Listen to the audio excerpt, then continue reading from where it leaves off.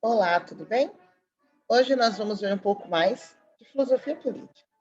Algumas pinceladas sobre cidadania, democracia e Estado na modernidade. A concepção clássica de ser humano, que a gente conhece lá na antiguidade, com Aristóteles, você já ouviu falar disso, de um animal que fala, que pensa, que raciocina, um animal racional, ou seja, um ser animado, um ser que se move, e que é capaz de usar, de se expressar e de expressar os seus pensamentos, analisar, discutir e de ouvir os pensamentos do outro.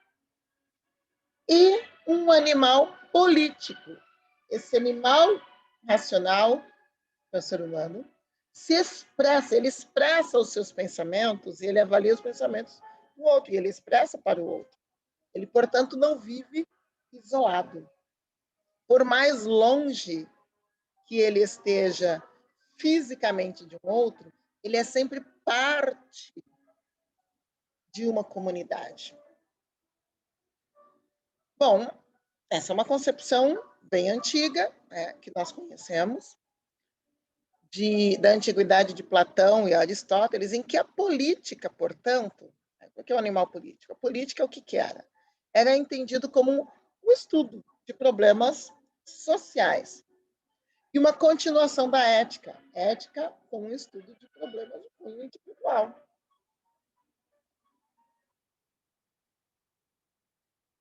Individual justa levaria a uma participação social justa, uma sociedade justa, dado que a polis, a comunidade política, é composta de indivíduos. Então, indivíduos justos, sociedade justa. Então, a política, a palavra política vem daí, vem de polis, que era a cidade-estado grega, que era esta comunidade organizada, formada por politikoi, ou seja, por cidadãos. Quem eram esses cidadãos? Homens livres, portadores de direitos de igualdade perante a lei, de isonomia. Vale lembrar, que na Grécia Antiga, nem todas as pessoas eram cidadãs. Na verdade, era uma minoria. Né? Aqui eu tenho um dos votos mais antigos que eles têm. Não tinha urna eletrônica, eles usavam pedrinhas de argila, mas esta comunidade política grega, essa cidade-estado grega, praticou durante um tempo uma forma de governo em que todos os seus cidadãos, os seus livres, que atendiam a uma série de requisitos, podiam votar e ser votados e podiam expressar as suas ideias e convicções. O primeiro ensaio de democracia que nós tivemos. Um ensaio, mas a ideia de falar as suas ideias em uma comunidade, de expô-las para serem apreciadas e depois aprovadas ou reprovadas, discutidas ou modificadas, vem daí. E cidadania é um equivalente latino a isso. Civitas é polis, aquela cidade-estado. Né? Um espaço público, um espaço coletivo. Daqui de civitas a gente tem as palavras cidadão, cidadã, cidade, cidadania. Vem daqui. Então, da politica ou res pública, de onde vem república, equivalem à forma como se participa do poder, com seus conflitos, com seus acordos, tomadas de decisão, definição, aplicação de normas e leis, negociação, num sentido positivo, de que nós habitamos um espaço comum e, portanto, devemos discutir os seus rumos em conjunto. Né? Existe um espaço público, uma coisa pública, que não é meu, eu não posso tratar como minha propriedade particular, e nem seu. é nosso.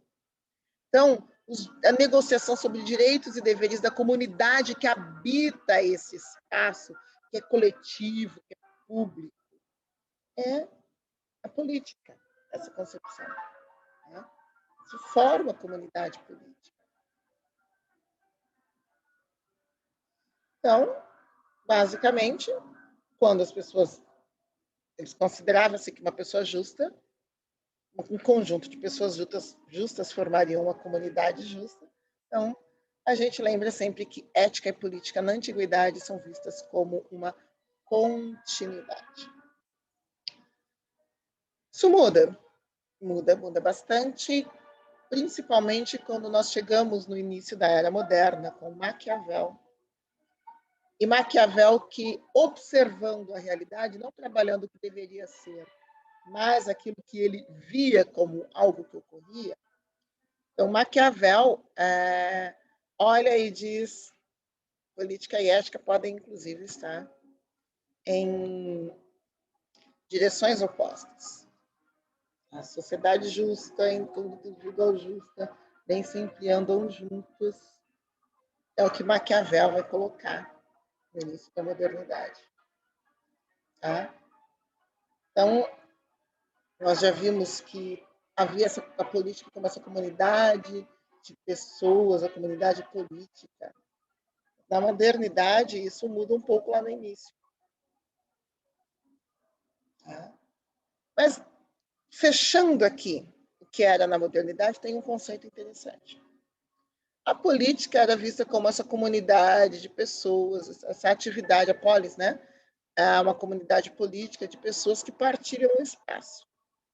Quem não queria participar desse espaço? Quem não queria discutir os rumos? Quem se recusava a olhar para esse espaço como partilhado por muitos outros? Quem se recusava a olhar para o outro? Esse indivíduo que resolve viver como se ninguém mais existisse na antiguidade era o idiotas. Recusa a viver considerando a comunidade. Tá? Isso é uma coisa que é interessante a gente pensar. Ainda que a gente pense se são separados ou juntos a ética e a política, ou a idade, se Maquiavel está certo em suas descrições e tudo, mas existe uma questão que permanece, que é como eu participo, como nós participamos da decisão sobre os rumos do espaço que a gente habita. Nós partilhamos um espaço comum. Com a nossa participação em tornar esse espaço um espaço de respeito, um espaço de consideração pelo outro que habita comigo. Para os gregos, quem não fazia isso era um idiota. Aí a palavra idiota vem daí. Sou incapaz de partilhar esse espaço. Na modernidade, eu falei, já quando falei de Maquiavel, né, que ele mostra um divórcio entre ética e política. Ele descreve esse divórcio. E aí ele vai descrever, e alguns autores, o que seria a política em seu tempo, na modernidade. E uma coisa que surge aqui é a noção de Estado. Né? O Estado como uma instituição política, dirigida por um poder soberano. E aí nós vamos ver que há várias fontes de poder para esse soberano. Quem é esse soberano? Nós estamos falando de poder soberano. E que tem o monopólio do uso da força física em um determinado território. Então, um Estado, na modernidade, ele tem os seus limites físicos, territoriais. Não existe Estado sem território. Existe povo, existe nação. Muitas nações e muitos povos Existem nações e povos que são nômades e não têm um território e não buscam. Mas a nação que quer ser um Estado precisa de território. Não existe nação sem território. E nesse território, o Estado subordina os membros da sua sociedade. Ou seja, quem está dentro desse território está subordinado ao Estado, que ali governa. Então, a gente tem no Estado uma comunidade organizada, formada por cidadãos, né, que devem ter isonomia ou direitos de igualdade perante a lei, que traz a questão de que o Estado, nesse território, ele promulga leis, ele coloca leis que devem ser seguidas por todos dentro deste território. E para garantir o cumprimento destas leis, o Estado tem o monopólio da força física, que são as forças policiais, por exemplo. Né? Então, a lei é colocada e, se não cumprida, pode-se usar esse monopólio da força física, essa coerção física, a prisão, por exemplo, a condução coercitiva, para fazer justiça, para fazer cumprir a lei. A justiça é o cumprimento da lei. E aqui o indivíduo não tem mais o papel de fazer justiça com as próprias mãos. Não é mais algo do tipo, eu olhei para alguém, não gostei e vou... Não, não é assim. O indivíduo que se sente prejudicado se dirige ao Estado, coloca sua demanda, o Estado, por meio do seu aparato judicial, julga esta demanda, se é considerada correta, se é considerado que, de fato, alguém prejudicou a ponto de precisar ser retirado da sociedade, o Estado, através dos seus aparatos policiais, retira essa pessoa da circulação da comunidade. E aí é que a gente vai ter as prisões, por exemplo. Tá? Mas somente o Estado tem esse monopólio. Não é mais um salve-se quem puder, olho por olho ou dente por dente. O Estado, como um ser objetivo e imparcial, deve julgar.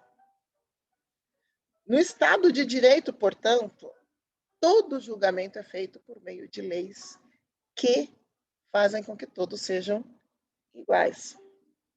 Ok? Isso é uma característica do Estado. Então, a política, agora, ela ocorre no Estado. O Estado é a instituição política na modernidade. E de onde vem o poder do Estado? Aí é que são elas. Temos várias formas. Nos estados teocráticos, então, eles definem que esse poder vem de uma divindade, vem de Deus. Nós temos alguns estados teocráticos contemporâneos que se colocam sob uma divindade e dizem que o seu poder político vem dessa divindade. Nas monarquias hereditárias, é do direito familiar, da tradição. Então, existe um rei e uma rainha, os seus filhos têm o direito por nascimento, e assim vamos. Na aristocracia, os melhores, conforme o entendimento de um determinado grupo. E na democracia, vem do povo. A Constituição do Brasil, por exemplo, diz que todo poder emana do povo e por ele deve ser exercido. Então, na democracia, o Estado tem esse peso todo na democracia. O poder que o Estado exerce é o poder do povo.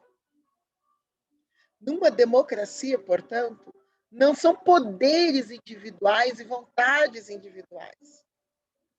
Na democracia, o aparato governante apenas reproduz a vontade do povo, que é expressa através de eleições. O poder não é, portanto, do governante na democracia. é do povo que habita aquele estado, aquele território. Bom, como assim? Há um contrato social na democracia. Então, escolhem-se governantes, mas o poder ainda emana do povo. Okay? A ideia de um contrato social, ela vem de alguns filósofos da modernidade, nós vamos ver 3 aqui, sendo que um deles é um defensor de um Estado não exatamente democrático, que é o Hobbes. Né? Hobbes, o homem lobo do homem, o Locke, falando sobre o direito natural e a nossa racionalidade, e o Rousseau, do estado de natureza, como estado idílico. Vamos ver um pouquinho deles. Primeiro, Hobbes. Ele é do século XVI. E ele traz a ideia do contrato como a única forma que os homens podem encontrar para preservar a vida. Por quê? Porque ele olha para o que ele chama de estado de natureza, e no estado de natureza ele vê uma guerra de todos contra todos. Vem no estado de guerra de todos contra todos, ele vê a necessidade de que, para não acabar em carnificina, seja feito um contrato entre os homens, de preservação da vida, que ele chama de pacto da união e a essência do Estado. E aqui, citando Hobbes, ele diz, é nele que consiste a essência do Estado, nele o contrato, ok? A qual pode ser assim definida.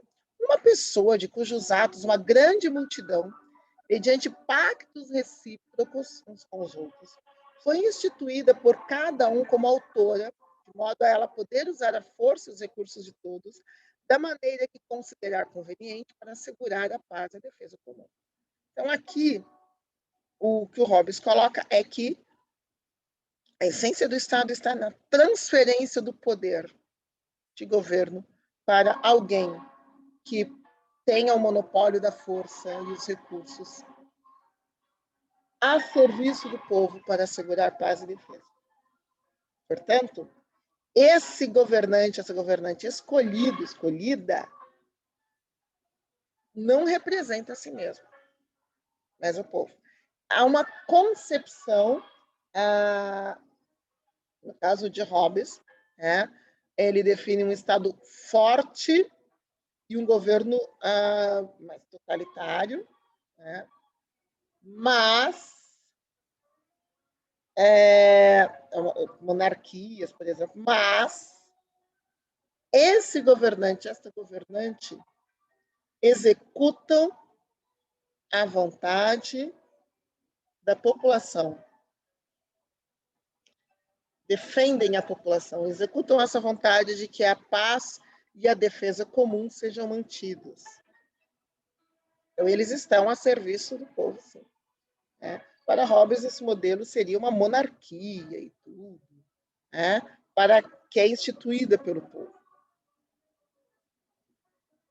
O Locke, John Locke, um pouquinho depois, século XVII, ele vai trazer essa ideia de um estado de natureza também, mas não um estado de natureza de guerra de todos contra todos, mas um estado de natureza em que há um elemento que é a racionalidade humana. Esse estado de natureza, ele vai apelar a algo que a gente chama de justnaturalismo, o direito natural. Tá? O estado de natureza, citando Hobbes, citando Locke, o estado de natureza tem uma lei da natureza para governá-la, que a todos obriga. E a razão que é essa lei, olha, o que é essa lei natural? Ensina a todos os homens que tão só a consultem, sendo todos iguais e independentes. Que nenhum deles deve prejudicar outrem na vida, na saúde, na liberdade ou nas posses. Então, nós temos alguns elementos que aparecem. Estado de natureza para Locke tem a ver com a racionalidade. Lembra aqueles ecos, que a gente vê de um animal racional e tal? Sim. Então, a lei natural é a lei da razão. E ela torna todos os seres humanos iguais, livres, independentes. Nenhum, portanto, pode prejudicar o outro, que ele chama na vida, preservar a vida soberana, a saúde, a liberdade ou as posses. Logo, não se pode escravizar o outro, porque se o outro é igual a mim, é tão igual em direitos, em deveres quanto eu, ele é tão dotado de razão quanto eu. Eu não posso prejudicar a sua saúde, a sua liberdade, as suas posses. A propriedade, para Locke, é um direito natural, que começa com a propriedade do próprio corpo e de tudo aquilo que é feito no uso desse corpo. Então, que é o trabalho. Eu trabalho usando o meu corpo, a minha mente, e todo fruto desse trabalho me pertence, é minha propriedade, de acordo com Locke, é um direito natural. O direito à propriedade é um direito natural para Locke. O direito à vida, o direito à saúde, à liberdade e à propriedade. Então, ele é naturalmente dotado de razão e de propriedade.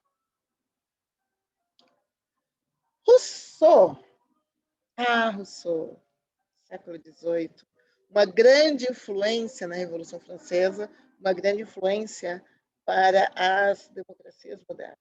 Jean-Jacques Rousseau, francês. Nós vimos dois ingleses, né? Dois autores de língua inglesa, agora nós vemos um que veio da França. Rousseau também traz essa ideia do contrato social. E ele olha para o estado de natureza como um estado perfeito, idílico e maravilhoso. Entretanto, ele vê o seguinte, né? Que chega um ponto em que há alguns obstáculos para que cada um se mantenha no estado de natureza, que fazem, que tornam atrativo o juntar-se em grupo. Vamos ver? Aqui, falando Rousseau, suponhamos os homens chegado àquele ponto em que os obstáculos prejudiciais à sua conservação no estado de natureza sobrepujam, ou seja, são maiores que, pela sua resistência, as forças que cada indivíduo dispõe para manter-se nesse estado. Então, esse estado primitivo já não pode subsistir.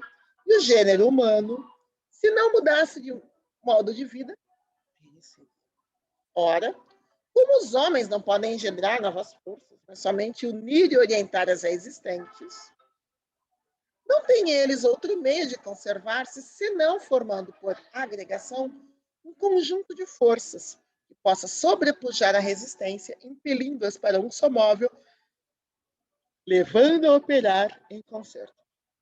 Então, basicamente, cada um por si, no estado de natureza, todo mundo é racional, vivendo maravilhosamente, mas chega uma hora em que existem obstáculos maiores que aquele indivíduo pode suportar. E o outro, e o outro, e o outro. Então, o que resta? Não há novas forças, mas há uma opção que é juntar as forças, reunir as forças, formar uma comunidade em que nós somamos as forças para vencer esse obstáculo encontrado no estado de natureza. Então, trabalhando juntos.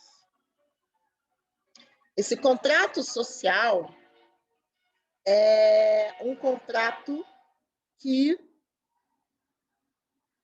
permite a sobrevivência de um determinado grupo. O Rousseau olha para a sociedade do seu tempo e considera que a sociedade que ele vê é erguida no falso contrato. Porque ele olha, aqui citando, o homem nasce livre por toda parte, encontra-se a ferros. Uma sociedade que ele vê como escravocrata, aristocrata, com muita pobreza e exclusão, ele diz, isso não é um contrato social. Isso é o domínio de um sobre o outro. O contrato social tem por finalidade analisar, e ele escreve um livro chamado do Contrato Social, tá? Com finalidade de analisar as condições para um verdadeiro contrato, que ofereça essa garantia de proteção da comunidade ao cidadão, a todo cidadão, porque os homens nascem iguais e livres. Então, todos esses seres humanos, todas essas pessoas, necessitam da proteção do Estado, sem que uma seja considerada mais igual do que outra. Não, todas são realmente iguais. Portanto, esse Estado, que é um Estado de direito, ele recupera a liberdade e a igualdade suprimidas pelo falso contrato, que leva alguns a se verem como melhores que outros. A ideia dele, portanto, é um novo contrato social que leve em conta a racionalidade humana, que leve em conta a liberdade e a igualdade naturais do ser humano. E é isso.